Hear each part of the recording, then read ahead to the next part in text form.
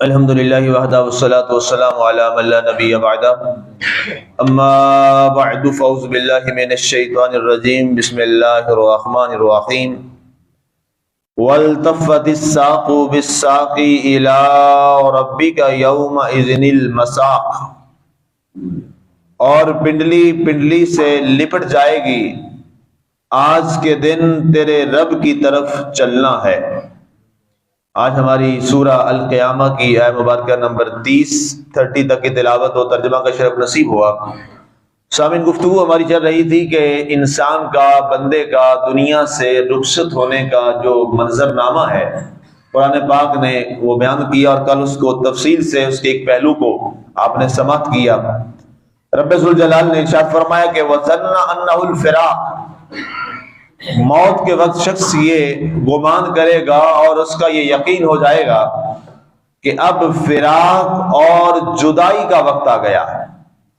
اس پر کیا مشکلات اور سکرات الموت کا کیا مشکل لمحہ ہے، اس پہ کل میں نے تفصیل سے آپ کے سامنے آیات و حدیث بیان کی۔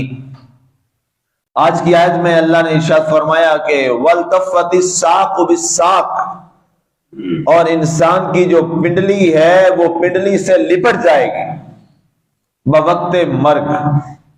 اب یہاں اس کے دو معنی ہیں، ایک اس کا ظاہری معنی ہے اور ایک اس کا مجازی، حقیقت اور مجاز کر لیں۔ حقیقی معنی تو یہ ہے کہ جب انسان کی موت کا وقت آتا ہے تو جو ہی میں نے کل بتایا تھا کہ ناخنوں سے، پاؤں کے ناخن جو انگوٹھے کا ناخن ہے وہاں سے جان کے نکلنے کا آغاز ہوتا ہے، تو جو ہی اس کی ابتدا اور آغاز ہوتی ہے تو اس ایک تکلیف اور شدت کی وجہ سے جو انسان ہے وہ اپنے پاؤں کی پنڈلی کو دوسری پنڈلی کے ساتھ زور سے مارتا ہے۔ اس پر بہت ساری حدیث پاک بھی بیان کی گئی ہیں اس کی وضاحت میں، اور سب سے بڑی بات کہ قرآن کی آیت آ گئی کہ وہ پنڈلی کو پنڈلی سے رگڑتا ہے شدت تکلیف کی وجہ سے۔ جیسے انسان کوئی تکلیف میں ہوتا ہے تو وہ اپنے اعضاء کو یا اعضاء کے ساتھ مارتا ہے، تو کہا جائے گا کہ وہ اب پنڈلی کو پنڈلی کے ساتھ جو ہے وہ لپٹ جائے گا، تکلیف کے ساتھ اکٹھا کوشش کرے گا کہ اب یہ روح جو ہے وہ جلدی مجھ سے یہاں سے نکل جائے۔ لیکن ظاہر ہے کہ یہ پورا پروسیس ہے، ایک پورا رب کا نظام ہے، اور وہ روح اس کا جسم سے نکلنا جو ہے یہ کوئی اتنا آسان کام نہیں ہے، سوائے اس کے جس کے لیے اللہ تعالیٰ کی ذات آسان فرما دے۔ جس کے لیے اللہ آسان فرما دے، اللہ اپنی خاص رحمت اور کرم فرما دے، تو پھر اس انداز میں ہے کہ جو اللہ کا نیک اور پارسا انسان ہے وہ اس انداز میں بھی اس کی روح نکلتی ہے کہ بس ابھی ایک جلوہ ہوا اور اس کے بعد روح کف سے انسری سے پرواز کر گئی۔ لیکن ظاہر ہے اس مقام کے لیے جو جہد اور کوشش اور محنت ہے اور اس مقام پر پہنچنا ہے، اس کو قرآن نے بیان کیا ہے کہ اس مقام اور درجے پر فائز ہو جاتا ہے تو پھر یقیناً اس کے لیے وہ لمحہ جو ہے وہ ضرور تکلیف کا ضرور ہے، لیکن اس کو یہ ہے کہ ابھی میری اپنے خالق اور مالک سے ملاقات کا وقت شروع ہو جائے گا۔ اب دوسرا یہ اس کا ایک حقیقی معنی ہے کہ انسان جو ہے، ظاہری معنی جس کو آپ کہہ لیں کہ وہ ایک پنڈلی سے پنڈلی رگڑتا ہے، اور دوسرا معنی یہ ہے، عربوں کے ہاں کہتے ہیں کہ جب کوئی مشکل کام ہو، جب تکلیف دہ کوئی کام ہوتا ہے تو عرب اس کے لیے جو ہے پنڈلی، جیسے ہم کہتے ہیں نا جی ایڑی چوٹی کا زور لگا دینا، ہم جملہ بولتے ہیں نا جی، اس کام کے لیے اس نے ایڑی چوٹی کا زور لگا دیا۔ اب یہاں پر جو ہے یہ عربوں کا یہ باقاعدہ یہ جو مقولہ اصل میں ہمارے پاس آیا ہے اردو زبان میں، یہ بنیادی طور پر یہ محاورہ عربوں کا ہے۔ سب سے پہلے عربوں نے یہ محاورہ بولا کہ جب کوئی مشکل اور انتہائی کٹھن کام کرنا ہو تو اس کے لیے وہ ساق کا لفظ استعمال کرتے تھے کہ جیسے ایڑی اور پنڈلی جو ہے یہ بڑی سخت ہے، تو انسان کو کوئی کام کرنے کے لیے، دکھ اور تکلیف کے لیے وہ ایڑیاں رگڑتا ہے، ٹھیک ہے، تو اللہ تعالیٰ نے بالکل، چونکہ قرآن عربوں کے حساب سے نہ ان کی زبان پر نازل ہوا ہے، تو انہوں نے کہا کہ جب انسان کی موت کا وقت آتا ہے تو ایڑی اور پنڈلیاں جو ہیں وہ رگڑی جاتی ہیں ایک دوسرے کے ساتھ، گویا یہ جان کنی کا جو مرحلہ ہے یہ انتہائی تکلیف دہ اور مشکل ہے۔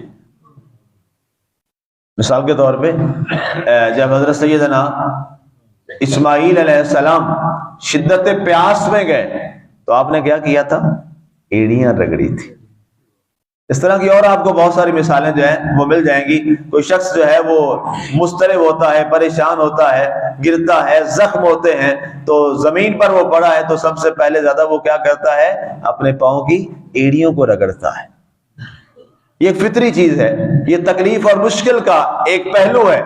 اور اس کے بعد مفسرین نے لکھا کہ جب انسان دنیا سے رخصت ہو جاتا ہے، اس کی روح جو ہے وہ قبض نسری سے پرواز کر جاتی ہے، تو اگر غور سے دیکھا جائے تو فطری طور پر، قدرتی طور پر انسان کی جو ایڑی ہے وہ خود بخود دوسری ایڑی کے ساتھ مل جاتی ہے۔ یہ ایک فطری چیز ہے، یہ حقیقی چیز ہے۔ اور اس کے بعد وہ پنڈلی کا پنڈلی سے مل جانا اور اس کا ہمیشہ کے لیے وہاں جڑ جانا ساتھ، یہ کس بات کی گواہی ہے کہ اے انسان، یہ تیرے لیے وہ جو لمحہ اور مرحلہ تھا وہ یقیناً مشکل والا، اور ایسا مشکل مرحلہ تھا کہ ایڑیاں جو ہیں وہ ایڑیوں سے لپٹ گئی۔ اب اس میں کئی وجوہات لکھی مفسرین نے، بے شمار وجوہات، اپنے دوستوں سے جدائی، گھر والوں سے جدائی، اولاد سے جدائی، ماں باپ سے جدائی، بہن بھائیوں سے جدائی، پھر اخروی سفر، اور پھر اللہ تعالیٰ کے حضور حساب و کتاب کا معاملہ، اعمال کا معاملہ، یہ کوئی آسان تو نہیں ہے۔ اور پھر ترازو اس کا لگنا ہے جس کے ترازو میں ہلکی سی بھی جھول نہیں ہے، اور پھر وہاں پر گواہی وہ ہونی ہے کہ وہ گواہ ایسے ہیں جو ایک لمحہ کے لیے اور ایک پل کے لیے بھی اور ایک جملے کا بھی جھوٹ بولنے والے نہیں ہیں۔ جو حقائق اور فیکٹس ہوں گے وہ سارے کے سارے سامنے آ جائیں گے، اور جب عدالت لگانے والا جو منصف اور جج ہے وہ اللہ کی ذات ہو، اور اس پر جو گواہی اور شہادت کا جو نصاب ہے، جو وہاں پر وٹنس ہیں، وہ کیا ہیں؟ وہ آپ کے اور میرے اعضاء ہیں، ہمارے خود اپنے اعضاء، اور یہ کرامن کاتبین کا لکھا ہوا رجسٹر بطور پروف اس دربار گوہربار میں اور اس عدالت میں رکھ دیا جائے گا۔ تو پھر بتائیے اس عدالت کا سامنا کرنا کوئی آسان تو نہیں۔ دنیا کی عدالت میں جاتے ہوئے اسی ریاست کے، اسی ملک کے فرما روا اور بادشاہ جو ہے وہ کانپ جاتے ہیں کہ میں عدالت میں جا رہا ہوں، حالانکہ اس ملک کا وہی چیف ایگزیکٹو ہوتا ہے، لیکن کیوں کہ عدالت میں جا رہا ہوں یہ، اور اس پتہ ہے اس کو یہاں دنیا کی عدالت ہے، میرے وکلا سچ بھی بولیں گے، میرے وکلا جھوٹ بھی بولیں گے، ہاں جی پیسہ دیا ہے میں انصاف کو خرید بھی لوں گا، یہ جانتے ہوئے خریدا بھی جاتا ہے، لوگ خرید بھی لیتے ہیں پیسے کے ساتھ انصاف کو، لیکن وہاں تو ایسا نہیں ہوگا نا کہ چرب زبان جو ہے سچ کو بھی جھوٹ کر کے دلائل میں بدل دے گا وکیل، وہاں تو ایسا نہیں ہوگا، اس دربار میں تو ایسا نہیں چلے گا، وہاں انصاف اس انداز میں خریدا تو نہیں جا سکے گا۔ اللہ تعالیٰ تو خود فرماتا ہے ان اللہ یأمر بالعدل، میں عدل کا حکم دیتا ہوں، اور اللہ تعالیٰ سب سے بڑا عادل ہے۔ آپ ایک لمحہ کے لیے تصور کیجئے، چشمے تصور میں چلے جائیے اور غور کیجئے آنکھیں بند کر کے کہ انسان جب اکیلا اس کے دربار میں اس کے سامنے کھڑا ہوگا، اور کیسا وہ بادشاہ ہے، اللہ اکبر اللہ اکبر، یہی تصور انسان کو جھنجھوڑ کے رکھ دیتا ہے۔ کبھی اکیلے بیٹھ کے تنہائی میں صرف اس تصور کو ذرا ذہن میں لائیے کہ اللہ کا دربار لگا ہو اور میں اللہ کے دربار میں بطور مجرم کھڑا ہوں، حساب کتاب میرا سامنے ہو، رجسٹر میرے سامنے پڑے ہوں، اور اللہ سوال کر رہا ہو اور اس کے جواب انسان دے رہا ہو، تو آپ ذرا سوچئے، انسان تڑپ کے رہ جاتا ہے، انسان تڑپ کے رہ جاتا ہے۔ اللہ کا دربار، اس کی بارگاہ، اور پھر اس کی بے پناہ نعمتیں، اس کی بے پناہ عنایات۔ اب کبھی غور کریں نا جی، انسان کی پیدائش سے لے کر جب ماں کے پیٹ میں بچہ بننا شروع ہوتا ہے تو پہلے جب حمل ٹھہر جاتا ہے، ایک ہلکی سی اس کی حیات ہوتی ہے جس کو ایک مشین کے ذریعے دیکھا جاتا ہے، اور پھر وہ ایک جھلی کے اندر، ایک پردے کے اندر وہ بڑھتا چلا جا رہا ہے۔ باہر سے پیٹ تو سارا بند ہوتا ہے، باہر سے کوئی خوراک اور فیڈ اور اسے کوئی چیز تو نہیں دی جا رہی، اس ایک باریک سے اس ایک جرم کو ایک پوری انسانی شکل تک بنانے والا وہ اللہ کیا قدرت رکھتا ہے۔ کبھی غور کیجئے نا جی، کوئی پیٹ میں مورا تو کہیں سے کوئی سوراخ تو نہیں ہے، کوئی چیز جا تو نہیں رہی، اور پھر گرمی بھی ہے، سردی بھی ہے، معاملات بھی ہیں، سارا کچھ ہے، لیکن اس مالک نے اس ایک جھلی کے اندر، اس ایک پردے کے اندر آپ کو اور مجھے کیسے محفوظ کر کے رکھا۔ کبھی اس تصور میں جائیے، ایک ہلکا سا وہ اتنا کروڑواں حصہ، اتنا مائکرو ہوتا ہے وہ سپرم، اتنا کہ وہ ایک جناب مائکرو مشین کے بغیر دیکھا نہیں جا سکتا، اس کو کس انداز میں بڑھاتے بڑھاتے بڑھاتے پوری انسانی شکل وہ تشکیل دیتا، اتنا خوبصورت انسان بناتا ہے وہ، اتنا حسین و جمیل انسان بناتا ہے، اور ایک مقررہ وقت کے بعد وہ دنیا پہ آتا ہے۔ اگر اس مالک نے اسی کا، چلیں دنیا پہ آنے کے بعد کی تو بات ہی ابھی چھوڑ دیجیے، اگر مالک نے اسی کا حساب مانگ لیا تو کیا ہم میں سے کوئی اس کا حساب دینے کے بھی قابل ہے؟ ہم تو اس کا حساب بھی دینے کے قابل نہیں ہیں۔ تو دنیا میں جب آ گئے پھر اس نے پورا موقع دیا، پورا لمحہ دیا، تبلیغ کا اسباب پیدا فرمائے، ہماری تربیت کی، ہمیں سکھایا۔ یہ قرآن کیا ہے؟ یہ تربیت نامہ ہے، یہ ہدایت نامہ ہے، یہ رکھا، لوگوں کی ذمہ داریاں لگا دیں، اپنے بندوں میں سے بندوں کو چن لیا، ان کو اس قرآن کی تعلیم پر لگایا، انسانوں کے لیے تبلیغ کا ایک پورا سسٹم بنایا، سسٹم تشکیل دیا، اور اس کے بعد پھر کیا فرمایا؟ ایک ہی بات فرمائی، اِلَىٰ رَبِّكَ يَوْمَئِذٍ الْمَسَاقُ، آج کے دن تیرے رب کی طرف تجھے جانا ہے، جہاں سے آیا تھا اب تجھے وہیں واپس جانا ہے۔ اور ایک مفکر نے بڑی خوبصورت بات لکھی کہ جی آج پوری دنیا جس اخلاق کی بات کرتی ہے، چاہے وہ مسلم ہے یا نان مسلم ہے، نان مسلم بھی کہتا ہے کہ we have to respect the ethics value، یہ سب کا جملہ ہے، گورے کا بھی یہ بڑا مشہور جملہ ہے کہ ہمیں اخلاقیاتی جو اخلاقی اقدار ہیں اس کا ہمیں خیال رکھنا چاہیے، ہمیں اخلاق کا مظاہرہ کرنا چاہیے۔ اور وہ اب بھی لڑائی میں کہتا ہے جی ہاتھ نہیں بڑھانا، اخلاق کا تقاضا نہیں ہے۔ تو اخلاقیات ہیں کیا؟ اخلاق کی سب نے یہ تعریف کی، سب سے پہلی بات یہ ہے، اخلاق کی جو بنیادی چیز ہے وہ ہے رشتے کو اچھے طریقے سے نبھانا۔ یہ دنیا کا سب سے اعلیٰ اخلاق ہے۔ رشتہ کس کے ساتھ؟ انسان کے ساتھ، رشتہ جانوروں کے ساتھ، تعلق یہ سارا جتنا بھی ہے۔ پھر اس پہ لکھا سب نے کہ دنیا میں آتے ہوئے سب سے جو پہلا رشتہ ہے انسان کا، جس سے اس کا جڑتا ہے رشتہ اور تعلق، وہ کون ہے؟ وہ اللہ کی ذات ہے۔ سب سے پہلا جو رشتہ کس سے انسان کا جڑتا ہے؟ اللہ کی ذات سے۔ اور اسی لیے فرمایا گیا کہ سب سے پہلے جس رشتے کے بارے میں سوال کیا جائے گا، جس کے ساتھ سب سے پہلا تیرا رشتہ جڑا تھا وہ اللہ کی ذات ہے، تو پہلا سوال بھی اس رشتے کے بارے میں ہوگا، من ربک، اللہ اکبر، سب سے پہلا سوال یہ ہوگا۔ اس کے بعد دوسرا رشتہ انسان کا کس سے جڑتا ہے؟ اللہ نے اس انسان کی ہدایت کے لیے جس کو منتخب کیا، وہ کون ہے؟ وہ اس کا نبی اور رسول ہے۔ اس رشتے کو نبھانا یہ دنیا کا سب سے بڑا اخلاق ہے۔ پھر اس کے بعد اس نے جو وہ ضابطہ حیات دیا، رول دیا، آئین دیا، قانون دیا، وہ پورا ایک سسٹم ہے، وہ اس کا یا مذہب ہوتا ہے یا اس کا دین ہوتا ہے۔ باقی مذاہب تھے، اللہ نے ہمیں دین عطا فرمایا۔ یہ تیسرا بڑا رشتہ ہے، اسی لیے اس کا سوال ہوگا۔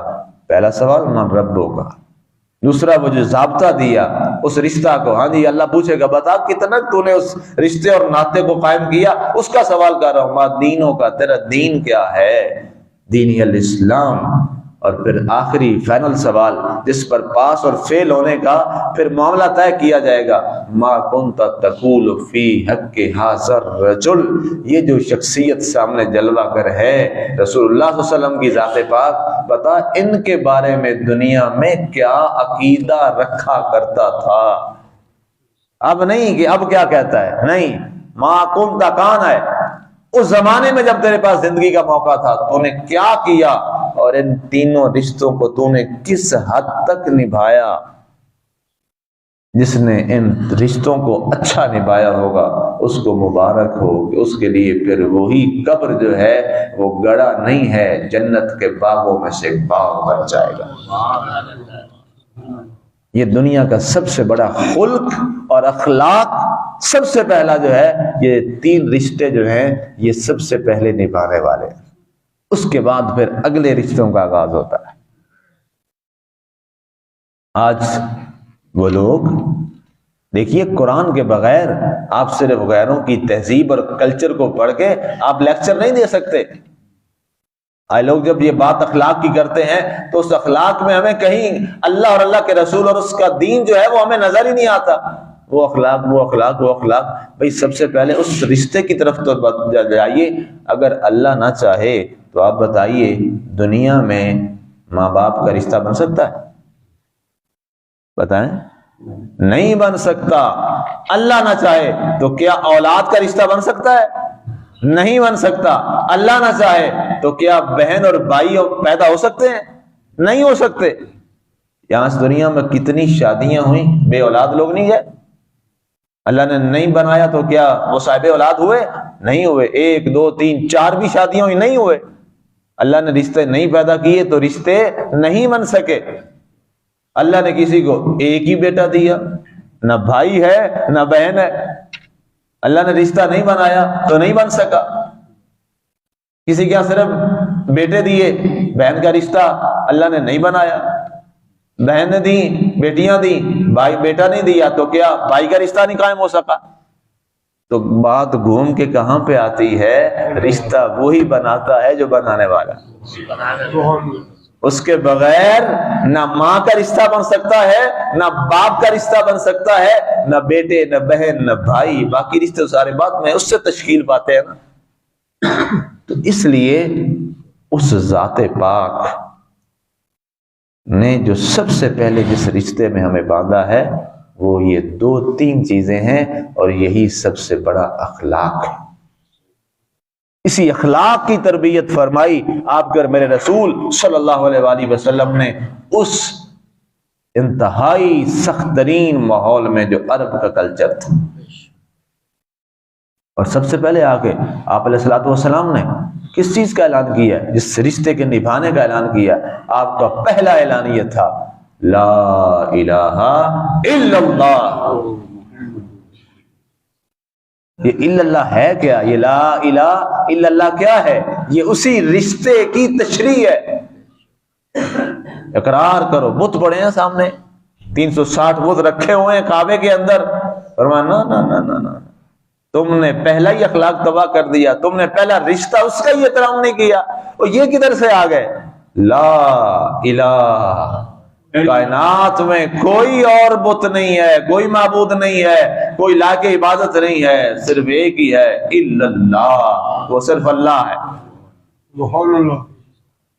حضرت علی مرتضیٰ شیر خدا رضی اللہ تعالیٰ عنہ، ان سے کسی نے پوچھا کہ ہاں جی اللہ تعالیٰ کی آپ عبادت کیوں کرتے ہیں؟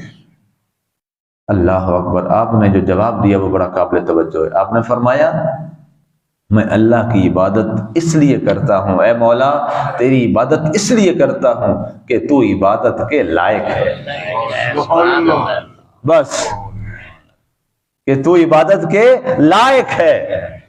اس جیسا کائنات میں، چونکہ اس ماحول میں بات کرنا آج کی بات نہیں ہے، اس بت پرستی والے ماحول میں کہا یہ جو تم نے بت رکھے ہیں، علی باب العلم ایسے تو بات نہیں کی، کہا یہ جو تمہارے بت ہیں او بھائی یہ تو عبادت کے لائق ہی نہیں ہے۔ کہا جی وہ کیسے؟ کہا بھائی ان کا حال یہ ہے، یہ عبادت کے لائق کیسے ہو سکتے ہیں؟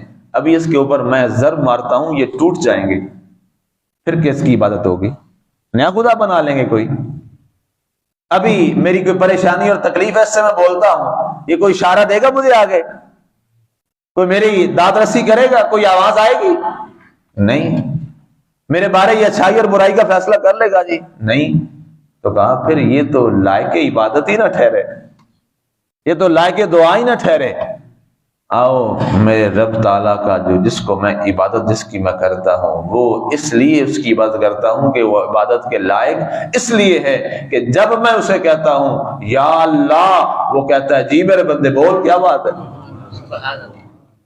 جب میں تکلیف میں ہوتا ہوں میں صدا دیتا ہوں، وہ جواب دیتا ہے۔ جب میں مانگتا ہوں وہ عطا کرتا ہے۔ میں گرمی میں ہوں، شدت میں ہوں، میں کہتا ہوں گرمی ختم ہو جائے، ٹھنڈا موسم بن جائے، میں اسے کہتا ہوں بارش برسا دے، وہ کہتا ہے بارش برسا دیتا۔ تکلیف ہے۔ بیمار ہوتا ہوں کہتا ہے شفا دے، وہ شفا دے دیتا۔ اب چونکہ وہ اس مقام پر فائز تھے، اس مقام پر موجود تھے کہ اگر وہ رب سے کہتے مولا یہ کر دے، رب تعالیٰ وہ کر دیتا تھا۔ کیوں؟ انہوں نے اس رشتے کو مضبوط کر لیا تھا جو رب کے ساتھ رشتہ ہے، اور وہ پہلا رشتہ جو سب سے پہلا ہے دنیا میں آنے پر کلمہ بھی پہلا وہی، اور قبر میں اترنے پر پہلا سوال بھی وہی۔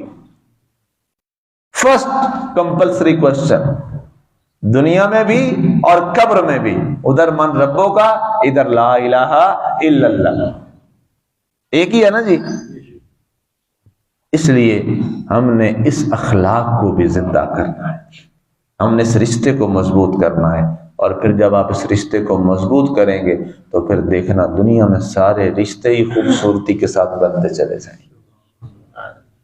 اللہ تعالی ہمیں عمل کی توفیق نصیب فرمائے، اور اللہ تعالی ہمیں بوقت مرگ بوقت موت اللہ ہمارے لیے آسانی فرمائے، اور اللہ تعالی ہمارے لیے سکرات الموت کے مسائل کو اپنے کرم کے صدقے میں آسان فرما دے، مگر نہ ہمارے دامن میں تو کچھ نہیں ہے، ہم تو بہت گناہ گار ہیں، اس سے بس اس کی رحمت کے ہی طالب ہیں، اور وہی طلب کرتے ہیں یا اللہ جیسے دنیا میں بھرم اور شرم رکھے ہیں، مولا کل قبر و حشر میں بھی ہمارے عیبوں پر اپنی رحمت سے ہی پردہ ڈال دے۔ آمین وما علینا الا البلاغ۔